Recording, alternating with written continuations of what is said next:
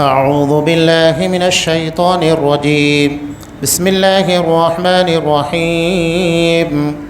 اتل ما أوحي إليك من الكتاب وأقم الصلاة إن الصلاة تنهى عن الفحشاء والمنكر ولذكر الله أكبر والله يعلم ما تصنعون.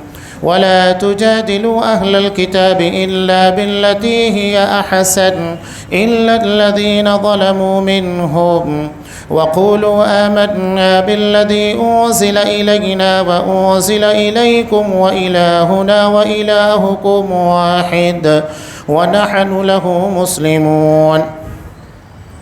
وكذلك أنزلنا إليك الكتاب فالذين آتيناهم الكتاب يؤمنون به ومن هؤلاء من يؤمن به وما يجحد بآياتنا إلا الكافرون.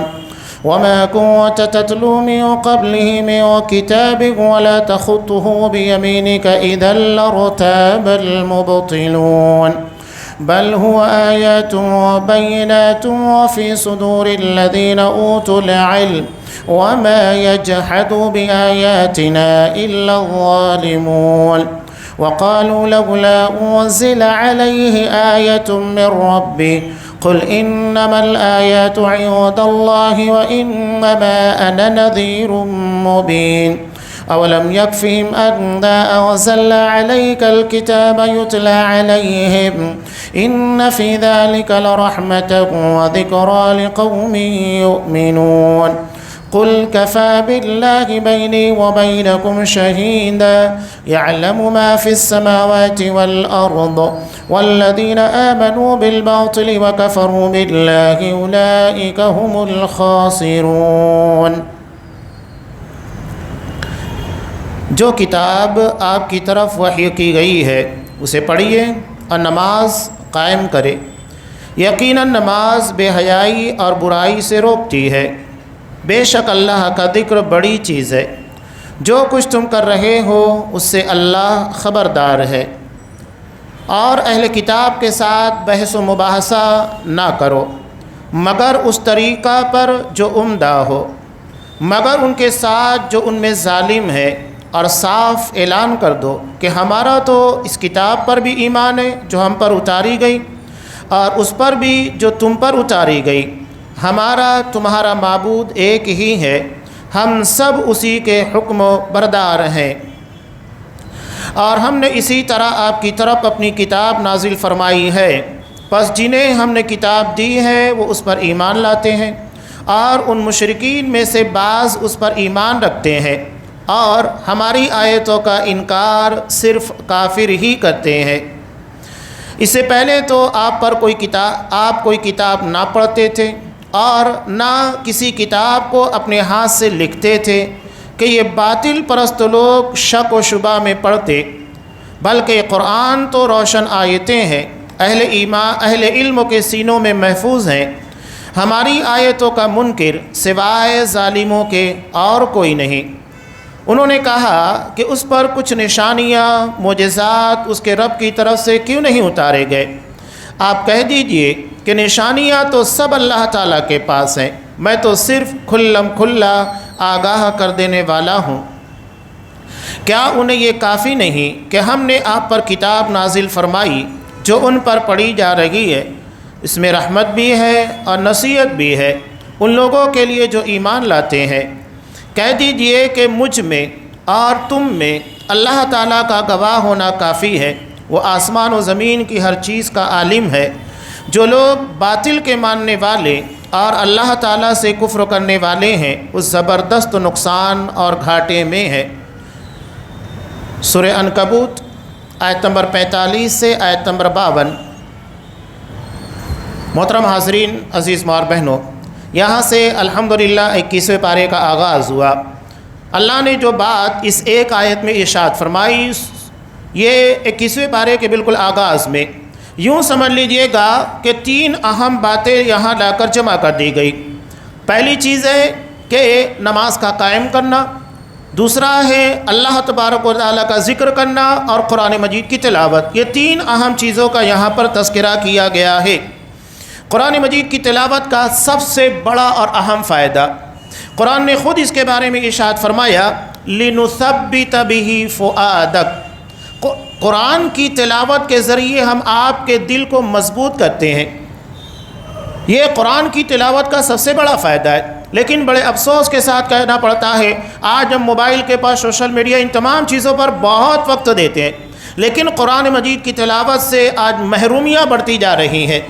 آپ پہلے دیکھیے گا ہماری اپنی مساجد کے اندر عمومی طور کے پر نماز کے بعد لوگ قرآن مجید لے کر اس کی تلاوت میں محو ہوتے تھے، خاص طور سے فجر کی نماز کے بعد، لیکن اب یہ چیزیں بہت کم نظر آتی ہے۔ قرآن مجید سے لوگوں کی دوریاں بڑھتی جا رہی ہیں، جبکہ قرآن سے جتنا ہم قریب ہوں گے، جتنا اس کی تلاوت کریں گے، جتنا غور و فکر کریں گے، یہ اتنا زیادہ ہماری زندگی کے پر اثر انداز ہوگا۔ تو یہ قرآن مجید کی تلاوت کا ایک بہت ہی بڑا فائدہ، اور دوسرا بڑا فائدہ یہ ہے کہ قرآن مجید کی تلاوت بذات خود اجر ثواب کا باعث ہے۔ ٹھیک ہے، آپ کو قرآن مجید کا معنی نہیں سمجھتا، آپ ترجمہ نہیں پڑھ سکتے یا اس کا ترجمہ سمجھ نہیں سکتے، آپ نے صرف قرآن مجید کی تلاوت کی، تو ایسا نہیں ہے کہ قرآن مجید کا صرف پڑھنا یہ غلط ہے، وہ بھی اجر کا باعث ہے۔ کتنی مشہور روایت ہے ترمذی کی کہ اگر کوئی شخص قرآن مجید کے ایک حرف کی تلاوت کرتا ہے تو اللہ اسے 10 نیکیاں دیتا ہے۔ یہ نہیں کہ الف لام میم یہ ایک حرف ہے، بلکہ یہ ایک لفظ ہے اور اس میں 3 حرف ہے، الف ہے، لام ہے، میم ہے۔ اس ایک لفظ کی ادائیگی کے پر 30 نیکیاں لکھ دی جاتی ہے۔ اب قرآن مجید آپ جتنا پڑھتے جائیں گے اتنا زیادہ اجر و ثواب کے باعث اور مستحق بنتے جائیں گے۔ تو قرآن مجید کی تلاوت خود اپنی جگہ کے پر معنویت رکھتی ہے۔ یہ نہیں کہ آپ قرآن مجید کو سمجھ کر پڑھیں، ٹھیک ہے اس کو سمجھ کر پڑھنا یہ زیادہ فضیلت، زیادہ اہمیت والا ہے، لیکن صرف قرآن مجید کی تلاوت اپنی جگہ پر غلط نہیں ہے، جیسا کہ بعض لوگ اس کو غلط ثابت کرنے کی کوشش کرتے ہیں۔ تو یہ قرآن مجید کا دوسرا بڑا اہم فائدہ۔ تیسرا اہم بڑا فائدہ یہ ہے کہ ٹھیک ہے اگر آپ قرآن مجید کی تلاوت کر رہے ہیں، اس کا ترجمہ پڑھ رہے ہیں، ترجمہ پڑھنے کے ساتھ اس کے معنی اور مفاہیم یعنی اس کی تفسیر کا بھی اہتمام کر رہے ہیں، بہت بڑی بات ہے۔ یہ قرآن مجید کے لیے درس قرآن کی جو محفل منعقد کی جاتی ہے یہ چھوٹی بات نہیں ہے۔ یہاں چند لوگ کی حاضری اس بنیاد پر یہ مت سمجھیے گا کہ یہ چھوٹا کام ہے، بلکہ قرآن مجید کے درس کا اہتمام، اس کو سمجھنا، اس کو پڑھنا اور اس کے احکام کو سمجھنے کی کوشش کرنا یہ بہت بڑے اجر کا باعث ہے۔ مسلم کی روایت میں آج صلی اللہ علیہ وسلم نے اس مجلس کے تعلق سے جو فضیلتیں بیان کی، کسی اور مجلس کے بارے میں نہیں، کہ جو لوگ بھی اللہ کے گھروں میں کسی گھر کے اندر یعنی مسجد کے اندر جمع ہو کر قرآن مجید کی تلاوت کرتے، اس کے درس کا اہتمام کرتے، وَيَتَدَارَسُونَهُ بَيْنَهُمْ، آپس میں اس کے درس کا اہتمام کرتے ہیں، إِلَّا حَفَّتْهُمُ الْمَلَائِكَةُ، فرشتے انہیں گھیر لیتے۔ آج ہم یہاں پر بیٹھے اللہ کے قرآن کو پڑھ رہے ہیں، قرآن مجید کی تلاوت، اس کے ساتھ اس کے درس کا اہتمام، معنی اور مفاہیم کو سمجھنے کی کوشش، دراصل یہ فرشتوں کے حاضری اور فرشتے ہمیں گھیرے ہوئے ہیں، یہ نبی کریم صلی اللہ علیہ وسلم کا فرمان۔ یہ خاص قرآن مجید کی تلاوت، اس کے درس کا اہتمام کے تعلق سے ہے کہ اگر جو لوگ قرآن مجید کا اہتمام کرتے ہیں، اس کے معنی اور مفاہیم کو سمجھنے کے لیے درس قرآن کی محفل منعقد ہوتی ہے، تو یہ ان لوگوں کے بارے میں کہا حفتہم الملائکہ ونزلت علیہم السکینہ، ان کے پر اللہ خاص طور کے پر سکینت کا، سکون کا نزول کرتا ہے۔ آج ہماری زندگی میں بے چینیاں کتنی زیادہ ہے، یہ قرآن کے درس کی مجلس کی برکت ہے کہ اللہ ہمیں سکون سے نوازتا ہے۔ وغشیتہم الرحمہ، تیسری بڑی فضیلت کہ اللہ تبارک و تعالیٰ اپنی رحمت میں ان لوگوں کو ڈھانپ لیتا ہے۔ اور چوتھی بڑی فضیلت کہ ہم زمین کے پر اللہ کے قرآن کے ساتھ ربط رکھیں، اس کے معنی اور مفاہیم کو سمجھنے کے لیے درس قرآن کا اہتمام کریں۔ ہم زمین پر اللہ کی کتاب سے وابستہ ہوں گے، آسمان کے پر ہمارا تذکرہ ہوگا۔ وَذَكَرَهُمُ اللَّهُ فِي مَنْ عِنْدَهُ، کہ اللہ اپنے قریب کے جو ملأ اعلیٰ ہے، فرشتوں کی سب سے اعلیٰ ترین جماعت، اس جماعت کے اندر درس قرآن کے اندر شرکت کرنے والوں کا تذکرہ کرتا ہے۔ کتنی بڑی فضیلت، 4 بڑی بڑی فضیلتیں درس قرآن سے متعلق ہیں کہ اللہ کے فرشتے اس میں آتے ہیں اور سامعین کو گھیر لیتے ہیں، اللہ کی رحمت ڈھانک لیتی ہے، ان لوگوں کے پر سکینت کا نزول ہوتا ہے، اور آسمان کے پر اللہ ملائے اعلیٰ کی جماعت کے اندر ان لوگوں کا تذکرہ کرتا ہے جو زمین کے پر اللہ کی کتاب کو سمجھانے کی کوشش کرتے ہیں۔ اس سے بڑے اجروں کی بات اور کیا ہو سکتی ہے؟ لیکن اس کے بعد بھی اگر لوگ حاضر نہ ہو، یہ ان کی بد نصیبی ہے، یہ آپ لوگوں کی نہیں، یہ آپ لوگوں کی خوش نصیبی ہے۔ جو نہیں حاضر ہوتے ان لوگوں کی بد نصیبی ہے کہ آج قرآن مجید کے لیے، اس کو سمجھنے کے لیے پورے ہفتے کے اندر آدھا گھنٹہ ہمارے پاس نہیں ہے۔ یہ بہت بڑی بد نصیبی کی بات ہے۔ تو یہ قرآن مجید کو سمجھنے کا ایک بڑا فائدہ تیسرا۔ چوتھا بڑا اہم فائدہ یہ ہے کہ جو لوگ اس کے مواعظ، قرآن مجید کے اندر بہت سارے واقعات بیان کیے گئے پچھلی قوموں کے عبرت کے طور کے پر، سورہ یوسف آپ پڑھیے، قوم موسیٰ کے واقعات پڑھیے، اس سے ہمیں عبرت اور نصیحت حاصل ہوتی ہے، اور اگر یہ ہماری زندگی کے اندر اثر کر گئی تو اس سے بڑا فائدہ قرآن مجید کا کیا ہو سکتا ہے۔ اور پانچواں بڑا اہم فائدہ یہ ہے کہ دعوت و اصلاح کی بنیاد دراصل قرآن مجید کی تلاوت پر ہے، کہ آپ صلی اللہ علیہ وسلم خاص طور کے پر جب دعوت کا کام کرتے تو قرآن مجید کی تلاوت غیر مسلموں کے پر کیا کرتے تھے۔ ٹھیک ہے، ان لوگوں کو قرآن نہیں سمجھتا، لیکن وہ قرآن مجید سننے کے بعد قرآن جس کے بارے میں خود کہہ رہا ہے لو انزلنا هذا القرآن على جبل لرأيته خاشعا متصدعا من خشية اللہ، اگر اس قرآن کو پہاڑ کے پر اتار دیا جاتا تو اللہ کے ڈر اور خوف کی بنیاد کے پر ریزہ ریزہ ہو جاتا۔ تو جو قرآن پہاڑ کے سینے کو چیر سکتا ہے، اسے ریزوں میں تبدیل کر سکتا ہے، وہ قرآن ہمارے دل کے پر اثر انداز کی نہیں ہو سکتا؟ یقیناً اثر انداز ہوگا اگر ہم اس کا صحیح اہتمام کریں جو اللہ تبارک و تعالیٰ نے حکم دیا ہے۔ تو یہ بڑا اہم فائدہ ہے جو قرآن مجید کے تعلق سے بیان کیا گیا۔ اب قرآن مجید کی تلاوت کے ساتھ آگے اللہ نے ارشاد فرمایا وَأَقِمِ الصَّلَاةَ، نماز قائم کرو۔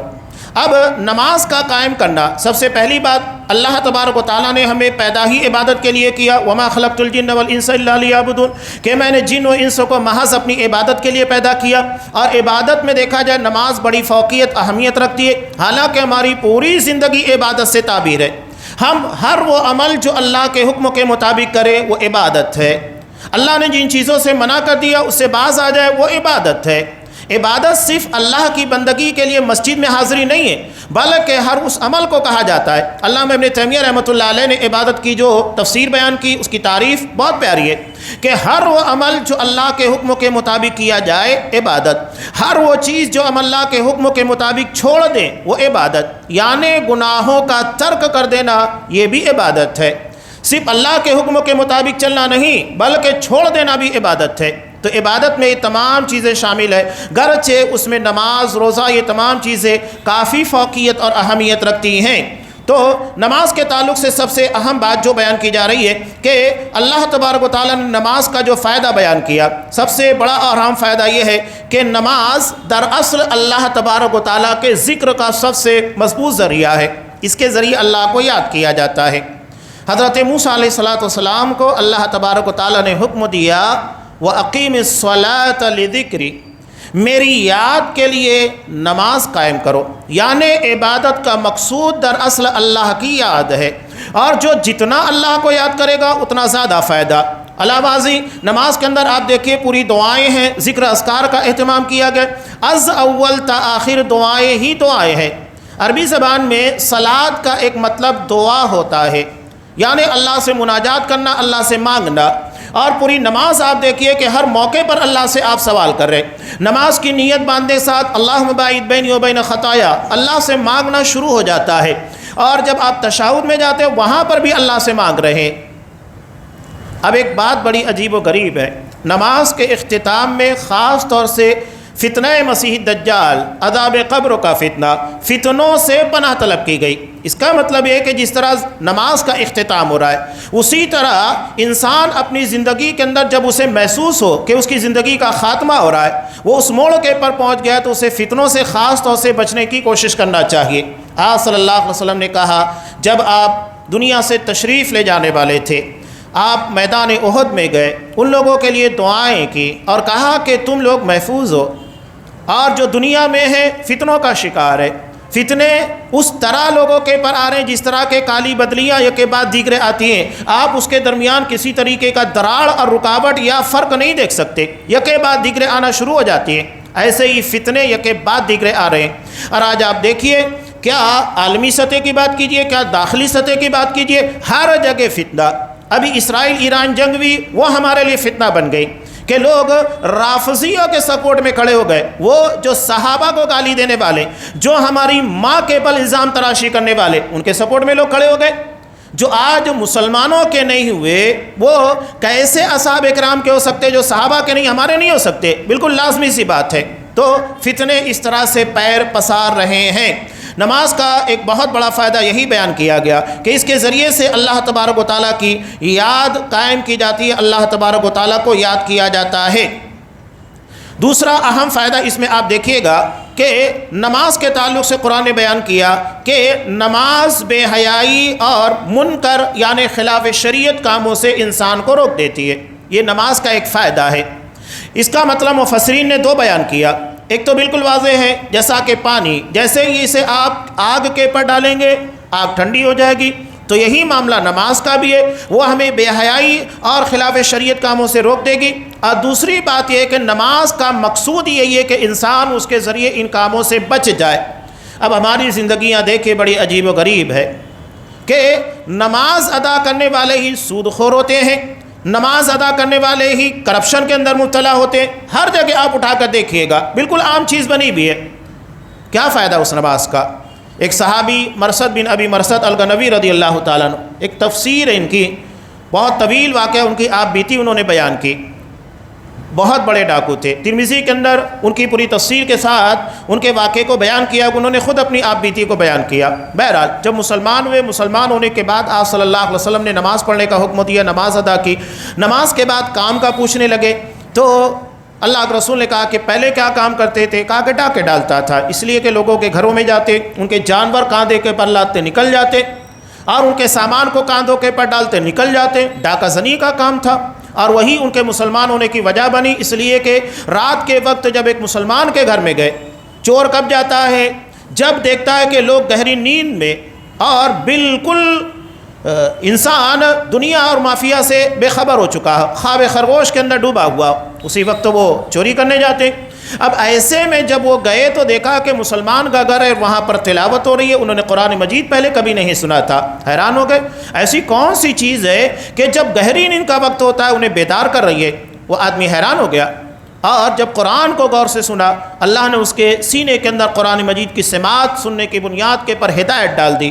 آ کر مسلمان ہوئے، مسلمان ہونے کے بعد نماز ادا کی، اور اللہ کے رسول نے سوال کیا۔ اب اللہ کے رسول نے کہا کہ ٹھیک ہے کام کرو، ڈاکہ زنی کرتے تھے تو ڈاکہ زنی کرو۔ انہوں نے کہا کہ اللہ کے رسول میں ڈاکہ ڈالوں؟ ایک نماز پڑھنے کے بعد زندگی کے اندر اتنی بڑی تبدیلی۔ آج ہمارے یہاں پر ایک کیا فرق نظر آتا ہے، نماز پڑھنے کے بعد ہماری زندگیوں کے اندر کتنی تبدیلی ہوتی ہے۔ وہ نماز ہم ادا ہی نہیں کرتے، جو نماز دراصل اللہ تبارک و تعالیٰ کی یاد اور اس کے خوف کی بنیاد کے پر ہمیں غلط کاموں سے روک دے، نہیں، وہ نماز نہیں، وہ انقلابی نماز نہیں، ہم رسم ادا کر رہے ہیں تاکہ گھر میں کوئی یہ نہ کہے کہ ہم بے نمازی ہیں، ہمارے دوست ہم کو بے نمازی نہ کہے، یا جماعت کے اندر لوگ یہ نہ کہے کہ نماز ہی نہیں پڑھتا ہے۔ تو یہ کیا فائدہ؟ نماز کا اصل مقصود یہ ہے کہ آپ نماز کو اس طریقے سے ادا کرو جیسا کہ اللہ نے حکم دیا، اور یہ نماز اسی وقت فائدہ مند ہوگی جب واقعتاً اس کا اہتمام کیا جائے۔ ہر نمازی کامیاب ہونے والا نہیں ہے۔ قرآن مجید نے کیا کہا؟ کون سے نمازی کامیاب ہوں گے؟ قد افلح المؤمنون الذین هم فی صلاتهم خاشعون، وہی مومن کامیاب ہوں گے، وہی نمازی کامیاب ہوں گے جو اپنی نمازوں میں خشوع کا اہتمام کرتے، یعنی مکمل طریقے سے اللہ تبارک و تعالیٰ کی طرف توجہ دے کر نماز ادا کرتے۔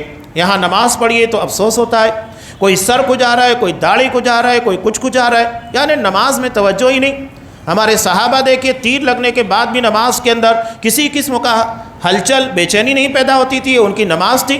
حضرت امام بخاری رحمۃ اللہ علیہ ایک مرتبہ نماز ادا کر رہے تھے، نفل نماز تھی، نماز ادا کرنے کے بعد اپنے شاگردوں سے کہا کہ دیکھو پیچھے کوئی چیز مجھے چبھ رہی تھی، تو انہوں نے دیکھا تو پتہ چلا دیکھنے کے بعد کہ ایک بچھو تھا جو ان کے پیٹھ کے پر کئی جگہ ڈنک مار چکا تھا۔ بچھو ایک مرتبہ انسان کو ڈنک مار دے تو پورا جسم کانپ اٹھتا ہے، حضرت امام بخاری رحمۃ اللہ علیہ کئی مرتبہ ڈنک مارنے کے باوجود نماز ادا کر رہے تھے۔ شاگرد نے کہا کہ امام صاحب آپ کو نماز توڑ دینا چاہیے تھا، کیسے آپ نے برداشت کیا؟ کہا کہ میں ایک سورہ پڑھ رہا تھا اور وہ سورہ مجھے اتنی پیاری ہے کہ میں نے نہیں چاہا کہ اس سورہ کو مکمل کیے بغیر میں رکوع میں چلا جاؤں۔ یہ حالت تھی۔ قرآن پڑھنے کے بعد، نماز کے بعد ان کی مکمل توجہ اللہ کی طرف ہوا کرتی تھی۔ یہی دراصل کامیابی ہے، اصل روح ہے نماز کی، کہ آپ اتنی توجہ دے کر اللہ کی نماز ادا کریں گویا کو اللہ کو دیکھ رہے ہیں یا اللہ ہمیں دیکھ رہا ہے۔ تو یہ نماز کے فوائد ہے۔ اس کے بعد قرآن نے کہا وَلَذِكْرُ اللَّهِ اکبر، اللہ کا ذکر بہت بڑی چیز ہے، اللہ کا ذکر کرتے رہنا۔ ایک تو قرآن مجید ہے، آپ قرآن لے کر پڑھ رہے ہیں یا بن دیکھے پڑھ رہے ہیں، یہ ایک مخصوص وقت میں ہوتا ہے۔ اس کے بعد ہے نماز، اس کے بھی مخصوص اوقات ہیں، لیکن ذکر کا کوئی مخصوص وقت نہیں ہے کہ آپ اپنی زبان سے کبھی بھی ذکر کرتے رہیں۔ ایک صحابی نے جب نبی کریم صلی اللہ علیہ وسلم سے پوچھا کہ آپ کچھ نصیحت کیجئے، آپ میرے لیے کوئی اچھی بات بیان کر دیجئے گا، تو آپ صلی اللہ علیہ وسلم نے صرف ایک ہی جملہ کہا تھا، رتب لسانک بذکر اللہ، اپنی زبان کو اللہ کے ذکر سے تر و تازہ رکھنا، ہمیشہ اللہ کا ذکر ہوتے رہنا چاہیے۔ اس کا بہت بڑا فائدہ کیا ہے کہ جو اللہ کے ذکر میں ڈوب جاتا ہے ہر وقت اللہ اس کی حفاظت کرتا ہے۔ آپ نے اللہ تبارک و تعالیٰ نے صاف کہا کہ فَاذْكُرُونِي أَذْكُرْكُمْ، تم مجھے یاد کرو میں تمہیں یاد کروں گا۔ اور اللہ کو یاد کرنے کا ایک بڑا ذریعہ یہ ذکر ہے جو ہم زبان سے ادا کرتے رہتے ہیں، اور ذکر میں بہت ساری چیزیں شامل ہیں، جیسا کہ سبحان اللہ، الحمدللہ، اللہ اکبر۔ اس کے علاوہ بھی آپ صلی اللہ علیہ وسلم نے بہت سارے اذکار بیان کیے، سبحان اللہ و بحمدہ، سبحان اللہ العظیم، آپ اس کو پڑھیے گا۔ اللہ سے توبہ استغفار کے لیے استغفر اللہ العظیم واتوب الیہ۔ اس کے علاوہ رب اغفر لی وتب علی انک انت التواب الرحیم، لا الہ الا انت سبحانک انی کنت من الظالمین۔ بہت سارے اذکار ہیں کہ آپ جو چاہیں ذکر کرتے رہیں، نہ ان کی تعداد متعین ہے بلکہ یہ ہماری اپنی مرضی کے پر ہے، جتنا کریں گے اتنا فائدہ دے گا۔ سبحان اللہ، الحمدللہ، اللہ اکبر، یہ تمام اذکار ہم سمجھتے ہیں کہ الحمدللہ کہنا زبان کے پر بڑا ہلکا ہے، ایک سیکنڈ نہیں لگتا ادا ہو جاتا ہے، لیکن اللہ تبارک و تعالیٰ اس کی بنیاد کے پر اتنا اجر دیتا ہے جو ہمارے تصور کے مابرا ہے۔ وہ رب ہے، وہ کائنات کا رب ہے، وہ اپنی شایان شان اجر دیتا ہے، وہ ہماری سوچ کے مطابق نہیں دے گا۔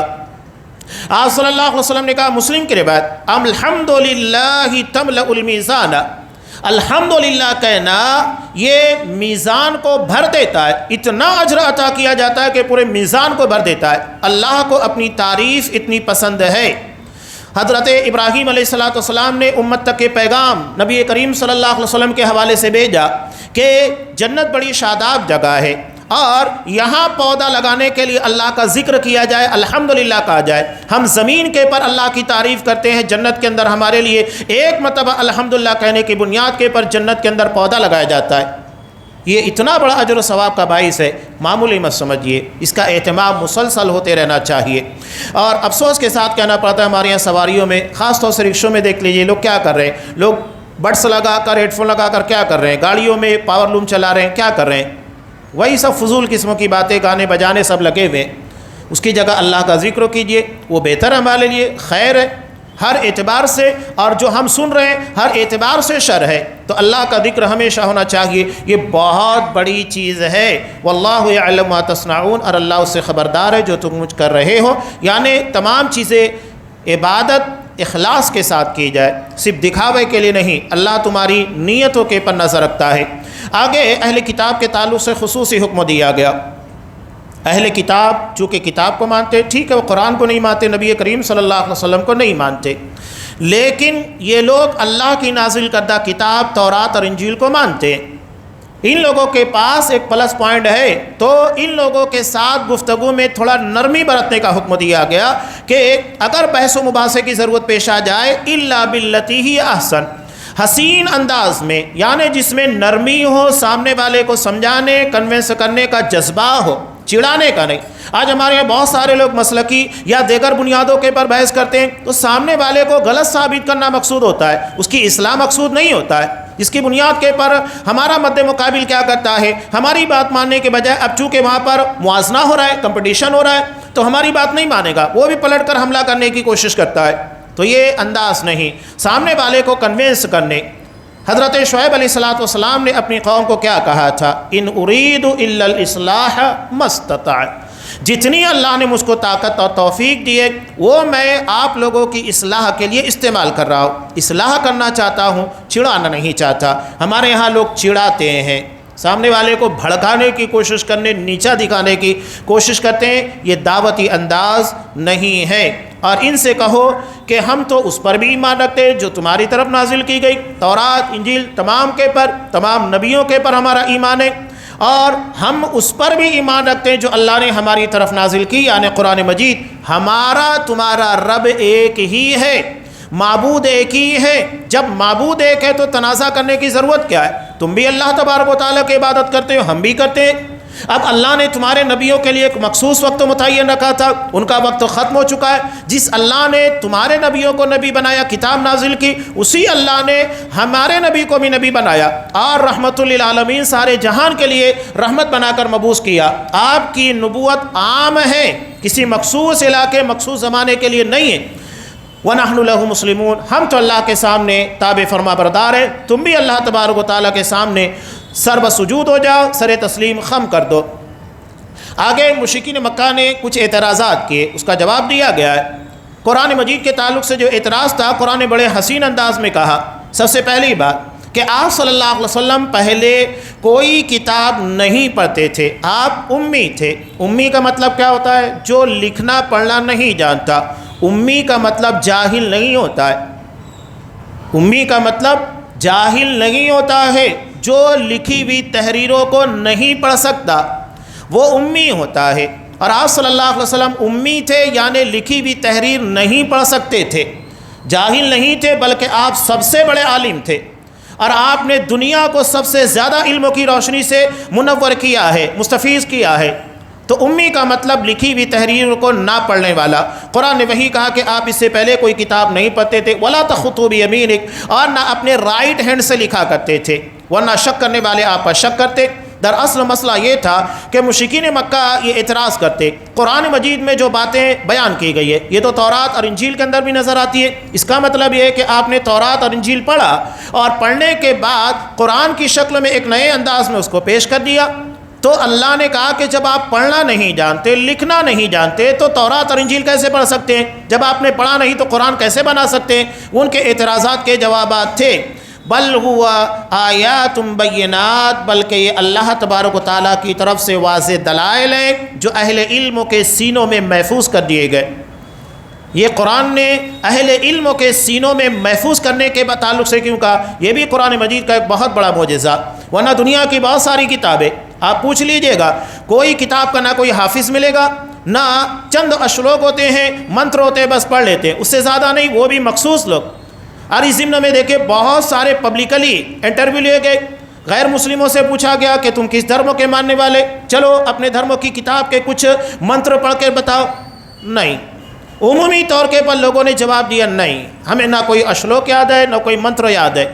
لیکن قرآن مجید جتنے مسلمانوں سے پوچھا گیا، چاہے آپ یورپ کی بات کیجئے، عرب کی تو بات کر ہی نہیں سکتے، وہ تمام کے تمام عربی کے جاننے والے، لیکن اس کے علاوہ یورپین علاقوں میں جب پوچھا گیا نان مسلموں سے، وہ مسلمانوں سے جو ابھی قریب میں مسلمان ہوئے تھے، نو مسلم، ہر کسی نے قرآن مجید کی چند صورتوں کو پڑھ کر تلاوت کر کے ان کے سامنے پیش کر دیا، گرچہ تلفظ میں وہ روانی نہیں تھی جو اہل عرب کے اندر پائی جاتی ہے، لیکن انہوں نے سورہ فاتحہ یا دیگر صورتوں کو برابر پڑھ کر سنایا۔ یہی تو قرآن مجید کا معجزہ۔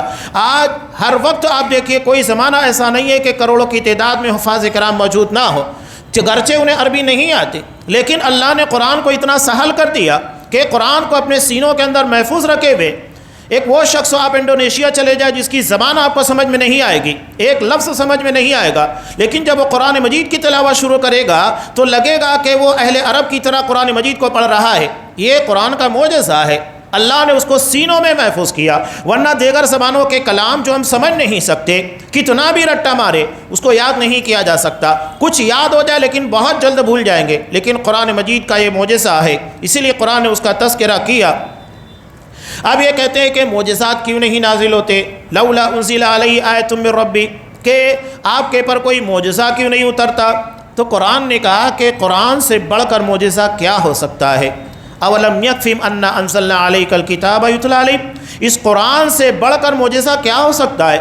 حضرت علی رضی اللہ تعالیٰ عنہ جب سورہ کوثر نازل ہوئی، ایک لائن کے پر 3 آیات کے پر مشتمل سورہ، اسے لے جا کر انہوں نے کعبۃ اللہ کے پردے کے پر لکھ کر لگا دیا۔ اب وہ شخص آیا، کون شخص؟ جو عرب میں تمام بڑے بڑے شعراء کے درمیان جج بنا کرتا تھا۔ اب جج کی پوزیشن اور حیثیت کیا آپ کو پتہ ہے کہ اس مسند تک، اس مقام تک پہنچنے کے لیے کتنی قابلیت ہونا چاہیے۔ وہ شخص آتا ہے، سورہ کوثر بار بار تلاوت کرتا ہے اور ایک جملہ، ایک کمنٹ لکھ کر چلا جاتا ہے، ما ھذا قول البشر، یہ کسی انسان کا کلام نہیں ہو سکتا ہے۔ ہمیں بظاہر آسان لگتا ہے، انا اعطیناک الکوثر فصل لربک وانحر ان شانئک ھو الابتر۔ ہم ترجمہ پڑھتے تو ہمیں آسان لگتا ہے، یہ ترجمہ ہے، لیکن زبان کی گہرائی، گہرائی، فصاحت و بلاغت یہ اہل زبان جانتے ہیں، اور خاص طور سے عربی زبان بہت رچ لینگویج ہے، بہت اونچی زبان ہے، اس کی معنویت اور گہرائی دیگر زبانوں سے کہیں زیادہ بہتر ہے۔ اور اہل عرب اپنے آپ کو عربی کہتے، دیگر لوگوں کو اجمی یعنی گونگا، انہیں بولنا ہی نہیں آتا ہے، انہیں اپنی زبان دانی پر اتنا ناز تھا۔ اس میں کا جو جج ہے وہ کہتا ہے کہ یہ انسان کے بس کی بات نہیں ہے کہ اس طرح کا کلام بنا سکے، یہ قرآن مجید کی حیثیت ہے۔ کہا کہ قرآن کافی نہیں، اب اس سے بڑھ کر معجزہ کیا چاہیے کہ قرآن ان کے درمیان تلاوت کیا جا رہا ہے، جو ان کے لیے رحمت اور ایمان لانے والوں کو کے لیے اللہ کی طرف سے نصیحت ہے۔ اس کے بعد بھی اگر یہ نہیں مانتے، ٹھیک ہے، اللہ ہمارے اور تمہارے درمیان گواہ ہے، آسمان و زمین کے تمام راز سے واقف ہے، اور جس کے بعد بھی اگر کوئی باطل پر ایمان رکھتا ہے اور اللہ کو نہیں مانتا، وہ اپنا انجام سمجھ لے۔ حجت پوری کر دی گئی، تمام چیزیں ان لوگوں کے سامنے پیش کر دی گئی۔ اب اس کے بعد جو اگلی آیات آ رہی ہیں، ان آیات میں دراصل نہ ماننے والے لوگوں کا انجام بتایا گیا ہے کہ اگر تم نہیں مانتے، اتنے واضح دلائل کو قبول نہیں کرتے، تو پھر اپنے انجام سے تم آگاہ ہو جاؤ۔ ایسا نہیں ہے کہ تمہیں یوں ہی چھوڑ دیا جائے گا، زمین کے پر تمہیں بخش دیا جا رہا ہے تو اس کا مطلب یہ نہیں کہ آخرت میں تم سے باس پرس نہیں ہوگی، وہاں کا عذاب بڑا بھیانک، بڑا خطرناک ہوگا۔ اس کا تذکرہ اگلی آیات میں انشاءاللہ آئندہ درس میں آئے گا۔ اللہ تبارک و تعالیٰ سے دعا ہے اس عظیم کتاب کے ذریعے جس کے فوائد بے شمار ہیں، اللہ کا معجزہ ہے، ہمیں اس کے تلاوت کی، تفہیم کی، اس کے معنی اور مفاہیم کو سمجھنے کی، اور اس کے معنی کو سمجھنے کے بعد اس کے تقاضوں کو پورا کرنے کی توفیق عنایت فرمائے۔ آمین۔ وآخر دعوانا ان الحمد للہ رب العالمین۔